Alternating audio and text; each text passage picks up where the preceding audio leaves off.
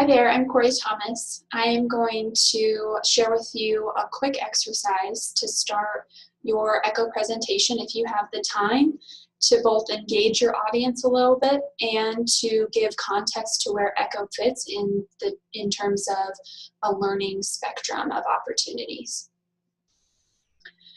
So for this activity, I typically start with two different large sticky notes. If you have those available to you, they're really easy and transportable to different locations.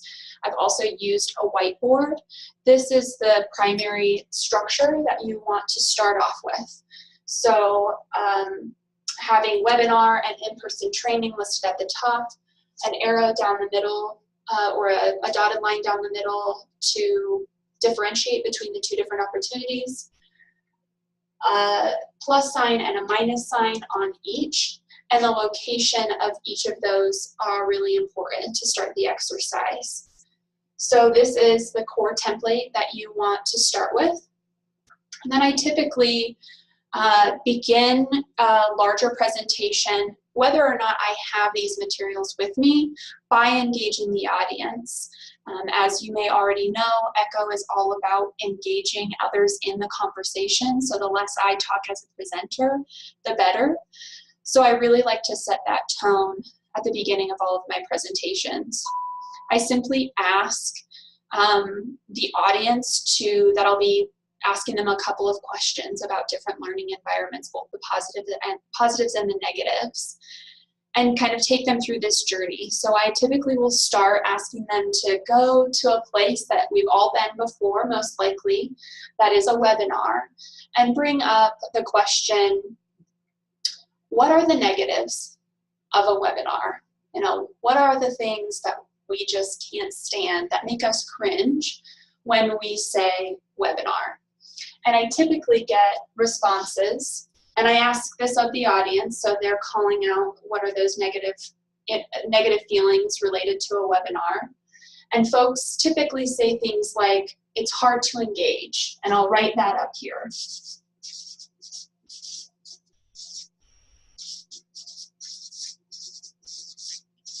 I'll say, that's true, I agree with it.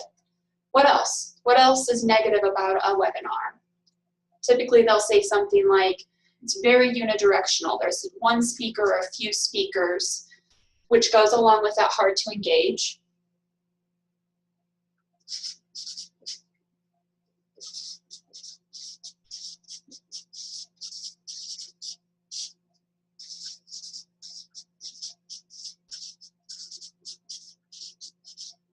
So a speaker is talking at you a lot. You have to sit back and just listen. There's not a lot of engagement. And I ask, what else? It's hard to meet people. You can't really see folks. There's no engagement, but it's hard to see.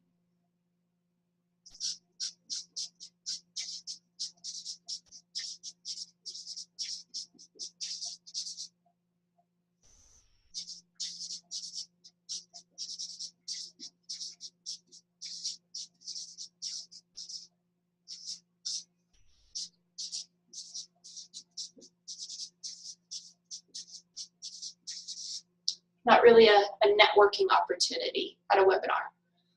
So then I say, well, if this is such a negative learning environment, why do we have them? What are the reasons that webinars exist?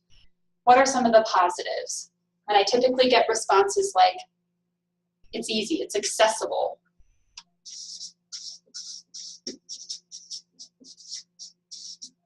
What else? You can do it from anywhere. You can do it from your computer.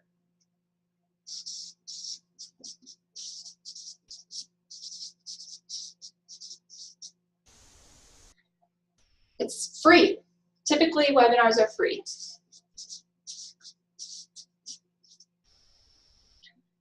So there's pros and cons to webinars, and then I ask them to go to the complete opposite end of the spectrum in terms of learning, and these in-person opportunities, in-person trainings, conferences, workshops, and ask, why do we love them so much? What are the positives related to in-person training?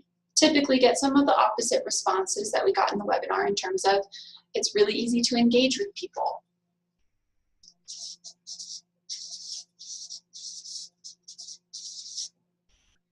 It's easy to meet people.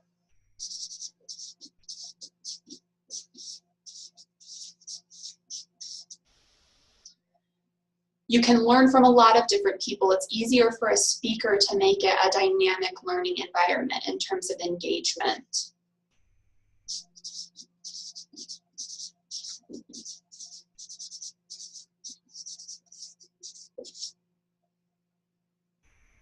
Again, that dynamic interaction. So there might be activities, there might be some facilitated interaction.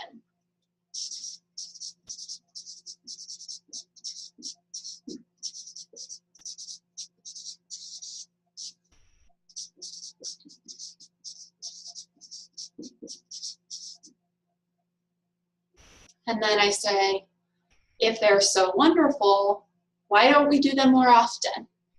What are the negatives related to in-person trainings? And I typically get cost, for sure.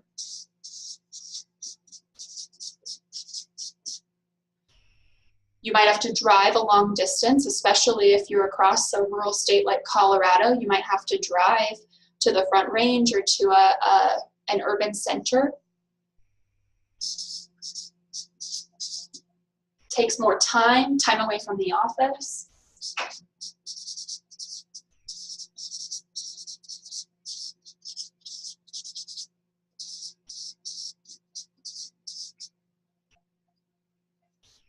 So as you can see, there are pros and cons to kind of both end of the spectrums in terms of webinar or traditional online learning to in-person training. And then I typically would like to have a different color ready to go. I'll go with red here.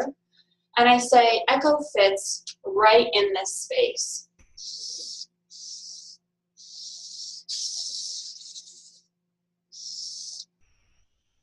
We really try to maximize the accessibility, being able to do it from anywhere, super low cost, but highly engaging. You get to meet other people and build relationships.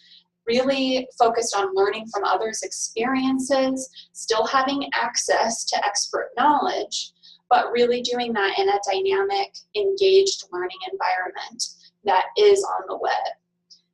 So this is a little activity. It doesn't take many resources. It doesn't take a lot of time, but it really puts Echo in context related to other types of learning environments that we're wanting to kind of frame Echo in. So I hope this is a helpful exercise that you're able to use at some point to both further your interaction and engage your audience that you're giving the Echo Colorado presentation to, and we look forward to getting any feedback from you.